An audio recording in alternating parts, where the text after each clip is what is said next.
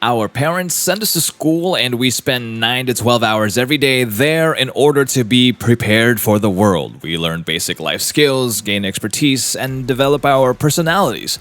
But in reality, the knowledge that we acquire throughout our school years is not all that we need. There's a great deal of information that schools and colleges do not share with us.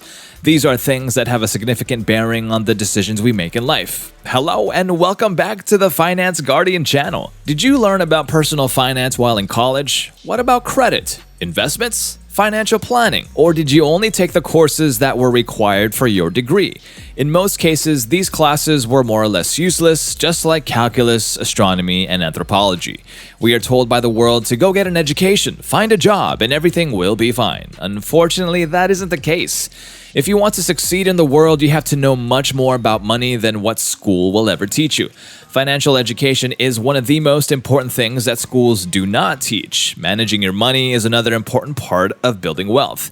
You can earn money in different ways, but it doesn't make sense if you don't know anything about money management and growing your wealth. Success is built on personal finance. Get ready, because today we'll be talking about 10 personal finance rules schools never teach. Number 10.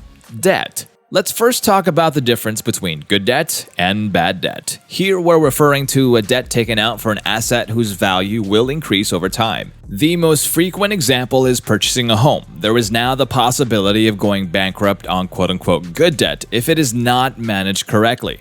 It's just about highlighting the difference between the two and what they can do for you in the future. Typically, good debt is secured by assets that can grow over time. In other words, you're taking out leverage to increase your net worth in the future. Does that mean you are certain to have a positive outcome? Certainly not, but you are paying interest and receiving something in return. The underlying asset is expected to grow. Debt that is categorized as bad is typically one that is unsecured and doesn't serve a real purpose aside from allowing you to purchase whatever you have at hand. The problem with bad debt is that it starts out small but continues to build over time. Basically, it's dead money. You don't gain anything from it. One more point about debt is that college debt isn't 100% required. Contrary to popular belief, student loans don't necessarily go along with acquiring a college degree. Almost 85% of new graduates complain about their heavy school debt and how much it costs to pay them off as soon as they start working. These loans are not always necessary for pursuing your degree. A good education can be provided in some schools at a fraction of the tuition fee of a private school. There are also options like attending school part-time, working as you study, enrolling in a cheaper school, graduating faster, or beginning at a community college. With that being said, I am not here to advocate the goal of debt-free schooling, but for some, it might be a suitable option. When you are about to embark on a career path that will earn you an incredible amount of money, then a few $1,000s shouldn't stand in your way.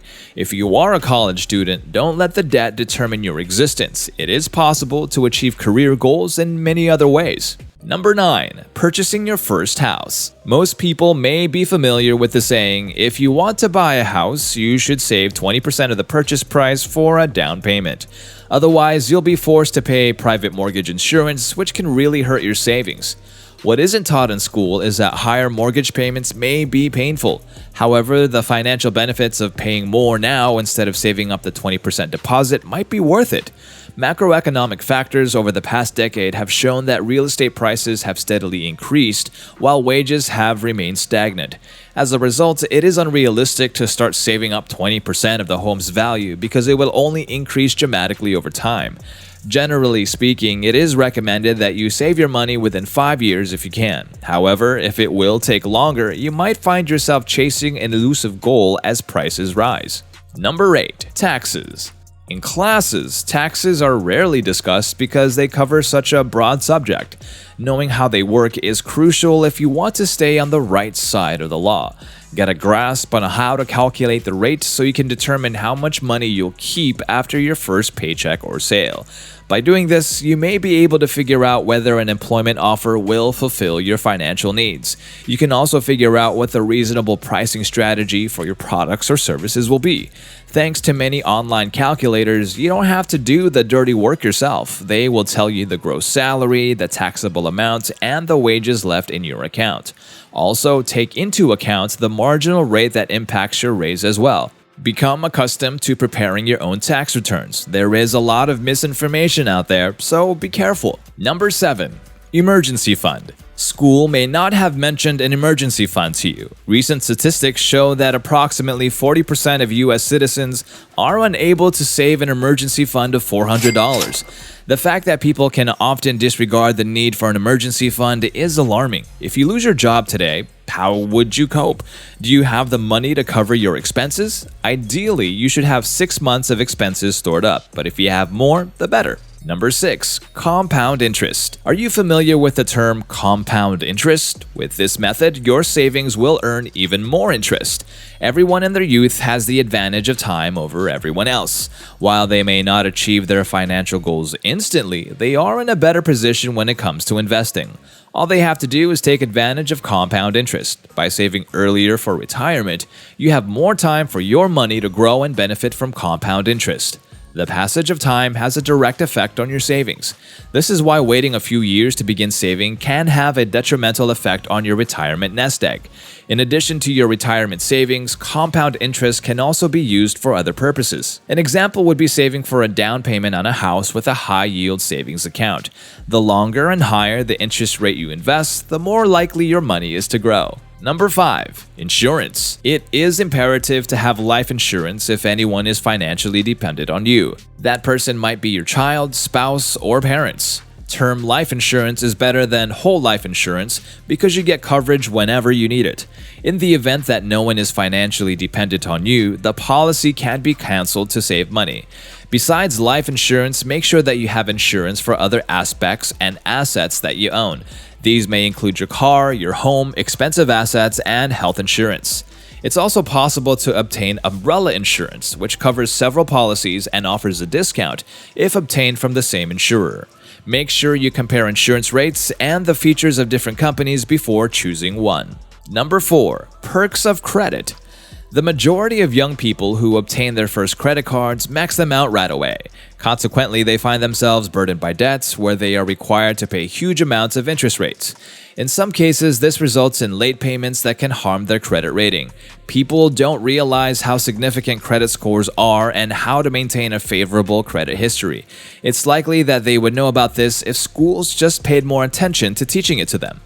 Credit scores are one of the most critical components of your financial health, and they will typically determine your financial position as an adult.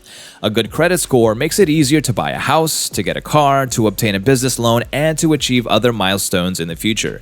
Credit becomes more relevant every day. Each individual must be knowledgeable about building and maintaining a proper credit score. Number 3. Budgeting. Budgeting is crucial to life, yet it doesn't get taught in school. If you don't understand the basics of budgeting while in school, you will be left disadvantaged after graduation, especially once you move out. Having no idea how to manage bills and distinguish between wants and needs can lead to hardship after hardship. To live a comfortable lifestyle, you should plan your lifestyle based on your income. Taking care of all bills while still ensuring there are sufficient funds for necessities such as groceries and savings is a part of this. However, let's be honest, even though budgeting is critical, nobody really likes keeping track of every penny they spend. A tactical approach is what you can do instead. It involves making long-term plans and budgets. For instance, you can identify what you need each month and include the needs, the wants, and costs associated with them in a budget for the next 6 months. To ensure you don't go over your budget, you can separate the amounts into different accounts once you've created your plan. From time to time, take a look at your list to ensure you're on the right path. Number 2. Savings. Although it may seem obvious, understanding this is crucial. It is so common to think of saving with a specific goal in mind, such as a house, a car, or something else. It's imperative to recognize that putting a bit of money aside, even if you don't have a particular purpose for it, can be the difference between incredible amounts of stress and being able to cope with those unpredictable moments. You may not like saving, but the outcome of it can make a real difference to your life in the future. In contrast, if you are only doing when it's in preparation for a specific goal, which, let's be honest, is usually buying something, then it may be completely depleted. In that case, you would lose the real advantage of saving. You would lose the protection and flexibility against uncertainty. Also, don't forget that you need a valid reason to save. Number 1. Know that you are your greatest asset. Actually, this has 2 meanings. In the first aspect, you should invest in yourself, your skills, and your health as much as possible. After all, it is likely you are the primary source of wealth, so improving this would be beneficial. The second point is underappreciated. It would be a good idea to insure yourself if you haven't already. It's likely that your entire financial plan is reliant on your ability to get up in the morning and go to work. It is quite possible to save a lot of money by taking care of your health. The best way to achieve this is by eating the right foods, maintaining a healthy weight, exercising regularly, and not consuming alcohol or other additives excessively. For sure, you don't want to regret it in the end, right? So prioritize yourself first. And that is all the time that we have today. I hope you enjoyed this video. And if you have questions, feel free to ask them in the comments below. And don't forget to show your support by liking this video and subscribing to our channel to view more of our amazing videos. Oh, and one more thing, do hit that bell icon on your way out to remain updated about all of our future videos. We'll see you at the next one.